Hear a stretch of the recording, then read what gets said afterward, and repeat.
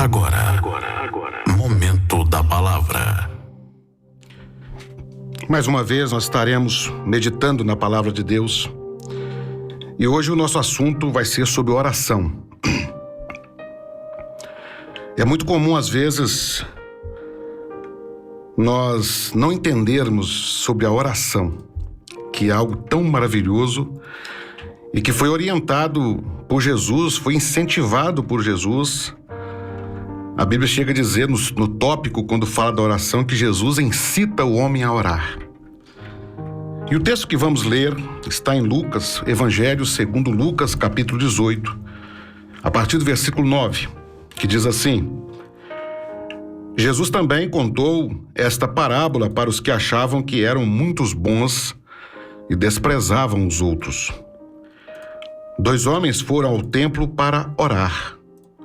Um era fariseu e o outro cobrador de impostos. O fariseu ficou de pé e orou sozinho assim: Ó Deus, eu te agradeço porque eu não sou avarento, nem desonesto, nem imoral como as outras pessoas. Agradeço-te também porque não sou como este cobrador de impostos.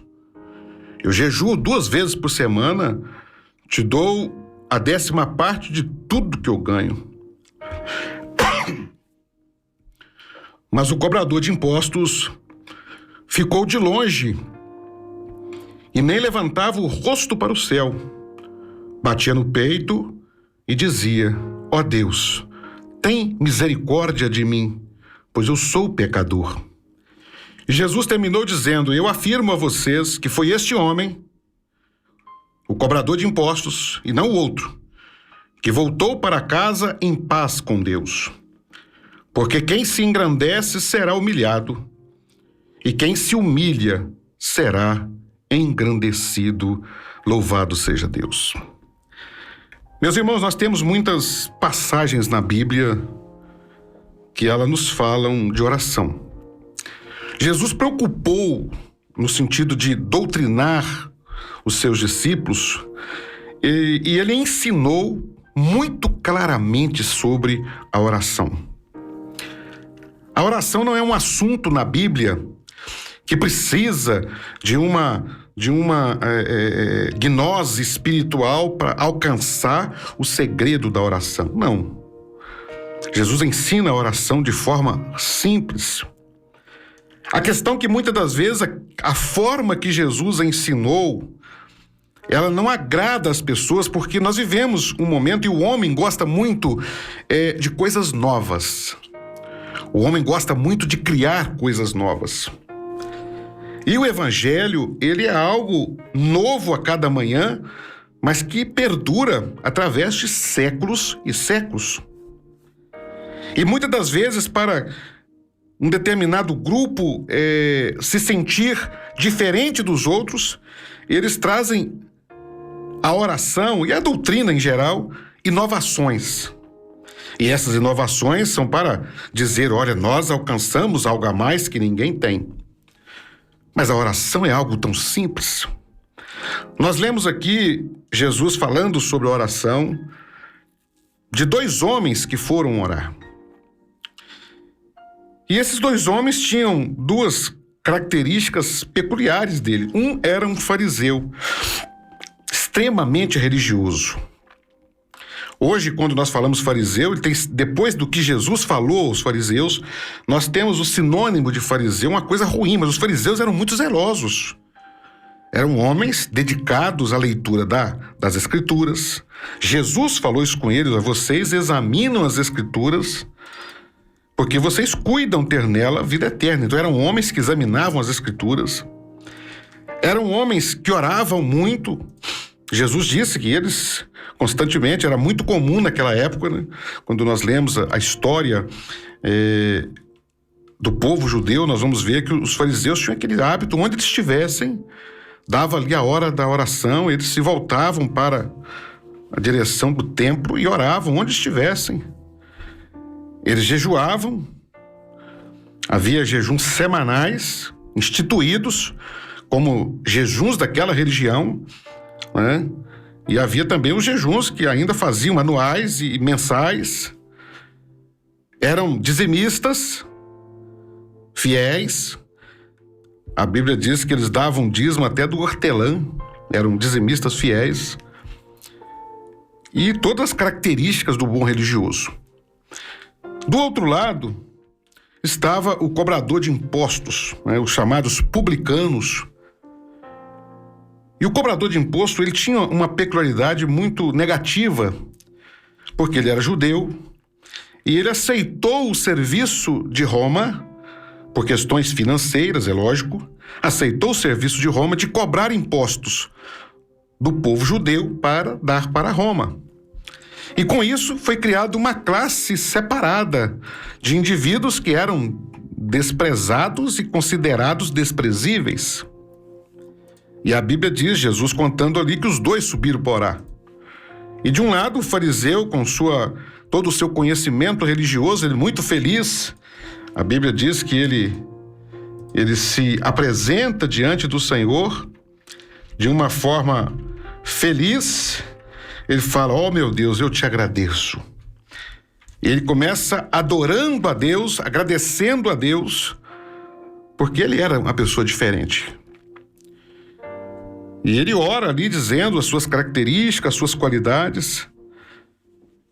E ele tinha muitas qualidades para se apresentar, qualidades religiosas. Ele tinha muitas. Do outro lado estava o cobrador de impostos. Ele não tinha nenhuma qualidade.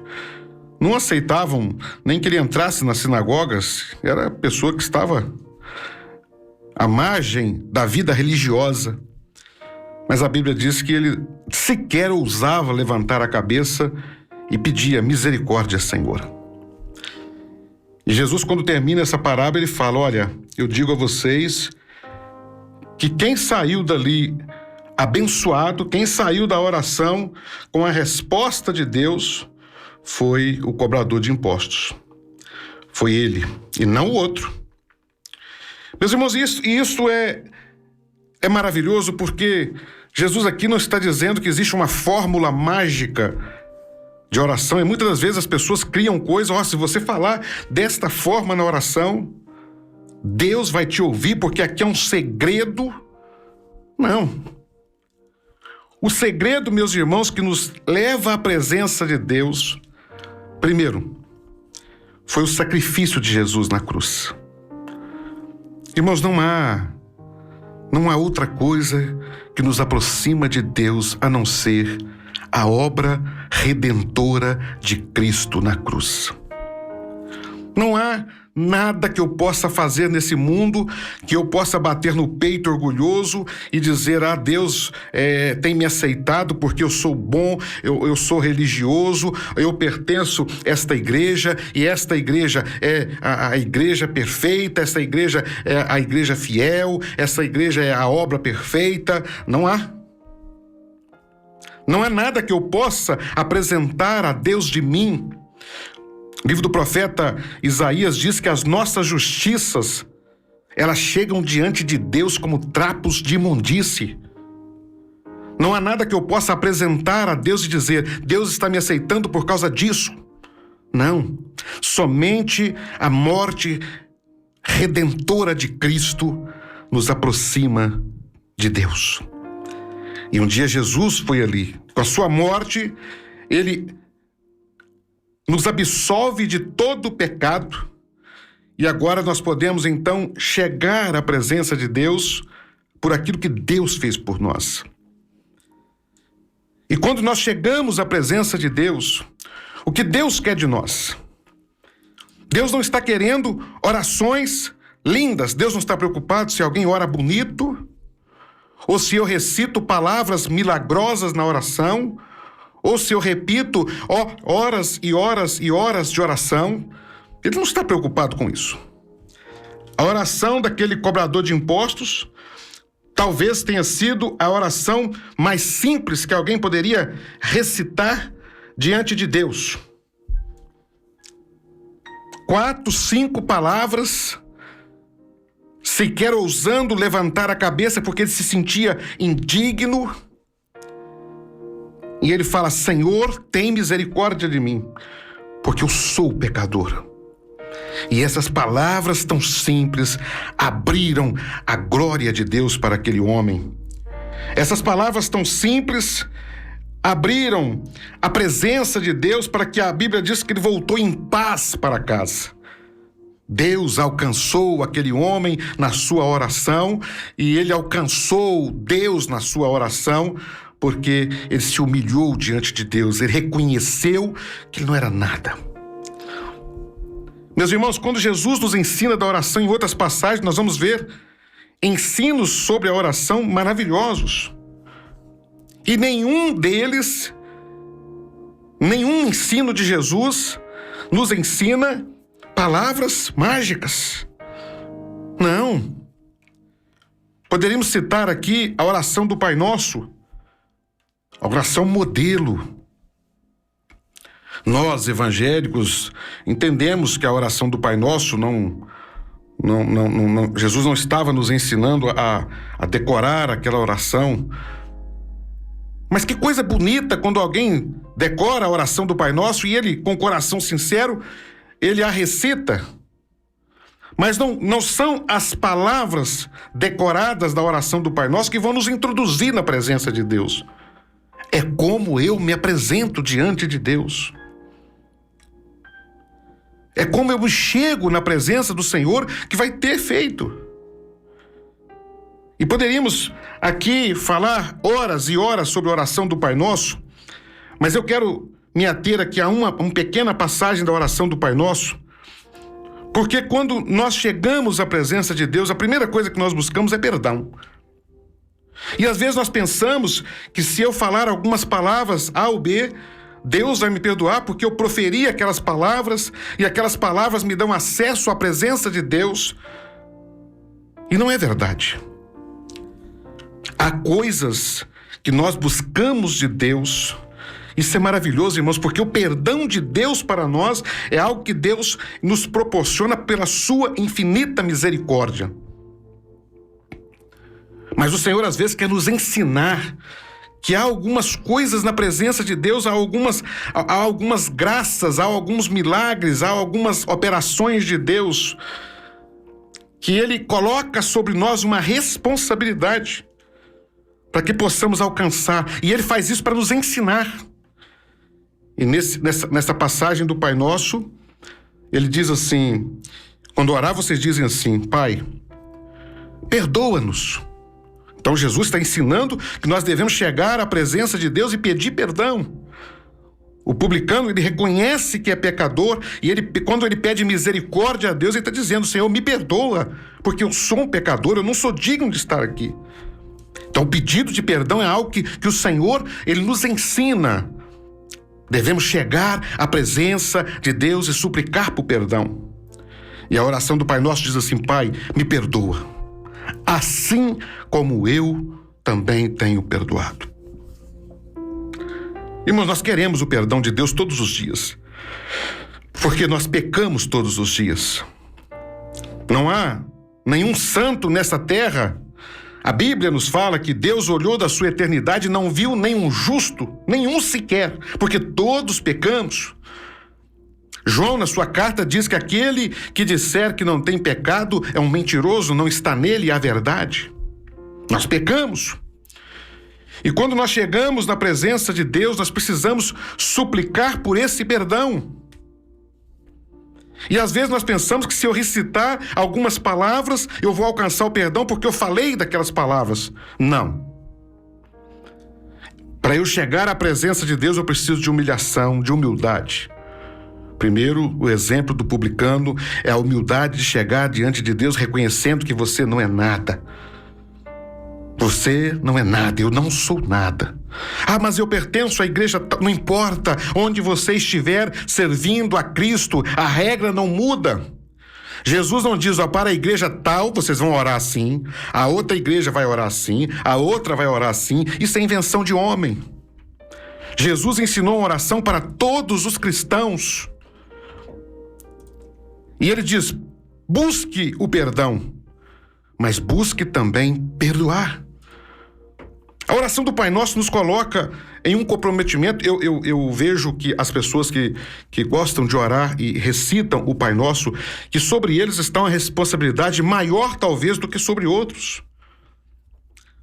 Porque quando você recita o Pai Nosso, você está dizendo: Senhor, eu quero que o Senhor me perdoa na mesma proporção que eu também estou perdoando. Eu digo que é uma responsabilidade maior porque não poderão dizer que não conheciam isso. São palavras de Jesus. Pai, me perdoa na proporção que eu estou perdoando.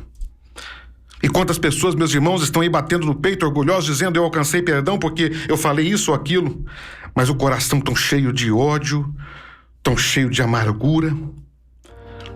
E é fácil nós identificarmos que a oração do Pai Nosso não tem sido vivida. Nós vivemos num país que, conforme a última estatística do IBGE, nós somos quase 90% cristãos no Brasil, contando todas as religiões cristãs.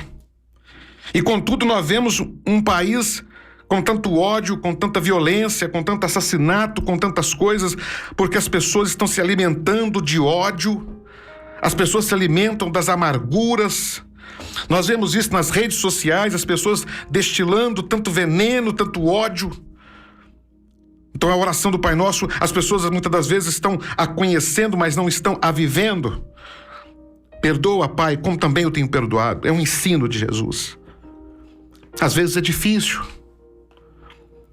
Às vezes você foi ofendido e você tem toda a razão de estar cheio de amargura. Sim. Quantas das vezes somos ofendidos sem nenhuma razão de estarmos ofendidos, sendo ofendidos, mas nós continuamos, nós somos ofendidos. Há uma passagem também que fala sobre a oração, sobre a oferta. Jesus disse que quando nós fôssemos levar a nossa oferta diante de Deus, e nós chegarmos diante do altar e lembrarmos que alguém tem alguma coisa contra nós, nós devemos deixar a oferta ali, ir lá reconciliar com aquela pessoa e depois voltar e entregar aquela oferta. Meus irmãos, eu abro aqui um parênteses para dizer por que as pessoas estão desprezando a Bíblia nesta hora. É muito comum nós ouvirmos pessoas considerando a Bíblia em segundo lugar. É muito comum. É muito comum pessoas dizerem: a Bíblia é coisa do passado, agora nós estamos alcançando coisas novas, nós estamos numa gnose espiritual e nós alcançamos coisas novas. É muito comum.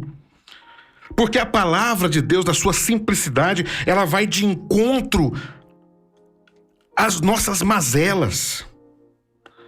Então é mais fácil eu desprezar a palavra e criar atalhos para eu servir a Cristo naquilo que a minha gnose espiritual, né, na minha divina revelação espiritual alcançou, e desprezar a palavra, porque quando eu vou para a palavra, ela está dizendo: perdoa. Ela está dizendo: se você quer ser perdoado, você precisa também perdoar. O que é levar uma oferta diante do altar? Toda vez que eu chego diante de Deus com algo, eu estou levando uma oferta. Você é dizimista? Você está levando uma oferta. Você vai louvar a Deus na igreja? Você está levando uma oferta. Você vai orar glorificando a Deus? Você está levando uma oferta. Você vai no culto prestar um culto a Deus? Você está levando uma oferta. E o que o Senhor está dizendo? Olha, você precisa deixar a sua oferta antes de ofertá-la, porque eu não vou receber. Não são poucas pessoas que estão indo dentro das igrejas para adorar, para dizimar, para orar e tantas coisas, que todos os seus atos estão sendo recebidos apenas pela igreja visível. Mas não estão sendo recebidos na eternidade porque os corações estão feridos com tantas e tantas pessoas e não conseguem liberar perdão. E a oração, meus irmãos, o ensino da oração nos ensina: se quisermos sermos ouvidos por Deus, se quisermos sermos perdoados por Deus, precisamos primeiro a humilhação diante de Deus, o quebrantamento. Não são palavras que nos introduzem na presença do Senhor. O que nos introduz na presença do Senhor é um coração quebrantado, humilhado. O que nos faz alcançar o perdão é nós também perdoarmos. Mas, pastor, é tão difícil. Alguém me disse essa semana: é tão difícil perdoar. Sim.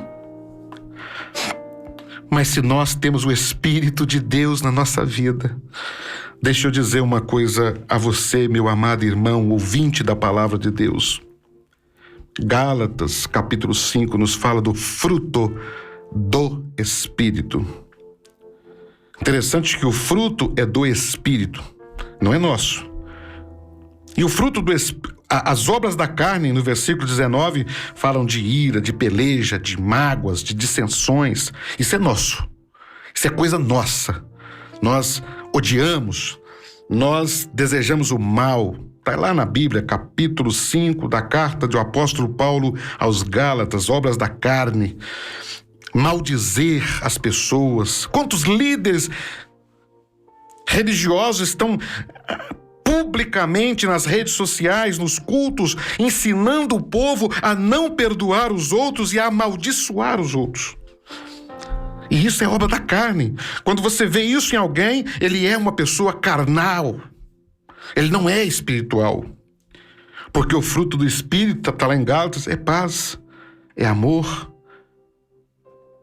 é bondade, é benignidade, é mansidão, é paz, é temperança. E esse fruto do Espírito que nos faz capaz de perdoar alguém. Mansidão. Esse fruto que nos faz capaz de perdoar alguém. Então, e ele não é nosso, ele é de Deus, a glória pertence ao Senhor. Quando você ama alguém, a glória pertence a Deus, porque é Deus que te deu isso. Quando você perdoa alguém, a glória não é sua, ela pertence a Deus, porque foi Deus que te deu a capacidade de perdoar. Quando você é manso, quando você é humilde, quando você é benigno, por ser um cristão, você é porque Deus te deu isso.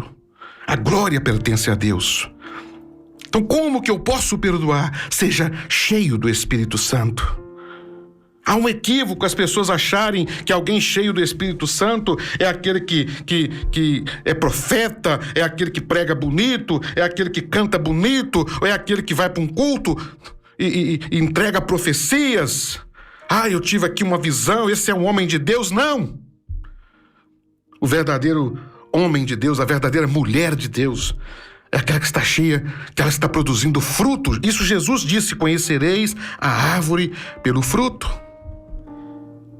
E o fruto do Espírito é isso. Então, meus irmãos, a nossa oração, ela chega diante de Deus, quando essa humildade, acompanhada da capacidade ou do desejo de perdoar, do desejo de servir. Jesus fala mais da oração. Ele fala assim: quando orardes, não fiqueis usando de vãs repetições. Que coisa maravilhosa. O que Jesus está dizendo? Eu tenho aqui, toda vez que eu oro, eu cito algumas palavras e nós entendemos que essas palavras, elas nos colocam, em uma gnose espiritual, em um nível superior. É muito comum. Porque eu falei essas palavras e eu aprendi que essas palavras, elas me elevam ao nível superior e eu alcancei a misericórdia de Deus. E toda vez que eu oro, olha, se eu não começar a oração com essas palavras, Deus não vai me ouvir. Deixa eu te falar, meu irmão, meu ouvinte, você pode recitar a Bíblia inteira de cor. Quando você iniciar a orar, se você não tiver um coração quebrantado, a sua oração não vai passar do teto. Oração que chega diante de Deus é a oração de um coração quebrantado. Então Jesus disse: não preocupa com vãs repetições, isso é vã. Preocupe-se em se derramar diante de Deus, para que Deus assim contemple a sua humildade, o seu coração quebrantado, porque a sua oração vai mover a mão de Deus em favor da sua vida, em favor dos seus familiares, em favor dos seus amigos. Jesus também, quando ensina sobre a oração, ele fala: olha, quando você for orar, não preocupe que a sua oração seja ouvida pelos demais. Oração, você entra no teu quarto, feche a porta, em secreto fala com Deus. O que ele está dizendo? Que você não pode orar na igreja para que os outros ouçam? Não. Mas ele está dizendo que a oração ela é resultado de uma intimidade com Deus. Deixa eu dizer aos irmãos, oração não é um monólogo, que eu me dobro e falo, e desabafei. Não, oração é uma intimidade com Deus, é conversar com Deus. E isso, só por isso, irmão, já nos ensina tanta coisa como nós devemos verdadeiramente nos chegar a Deus. Quando nós chegamos, nós fomos um fórum, chegamos perto de um juiz, nós chegamos lá com excelência. Quando nós chegamos num ambiente, seja A ou B, e ali há um ambiente de respeito, né? Às vezes até a vestimenta, você tem que chegar com toda uma postura. E quando nós chegamos diante de Deus, às vezes nós achamos que estamos chegando diante de qualquer um. Então, quando Jesus fala da intimidade, ele está dizendo que Deus, ele quer manter esse relacionamento com o homem, mas ele é Deus. Ele não é qualquer um, ele é Deus. É o Deus da glória, o Deus soberano, o Deus trino, o Deus glorioso, o Deus majestoso, o Deus que tudo pode. É diante dele que nós estamos chegando. Então, quando chegar, precisa de uma intimidade com Deus. Qual é essa intimidade? A do publicano. O reconhecimento que eu, você não somos nada, mas Deus é tudo.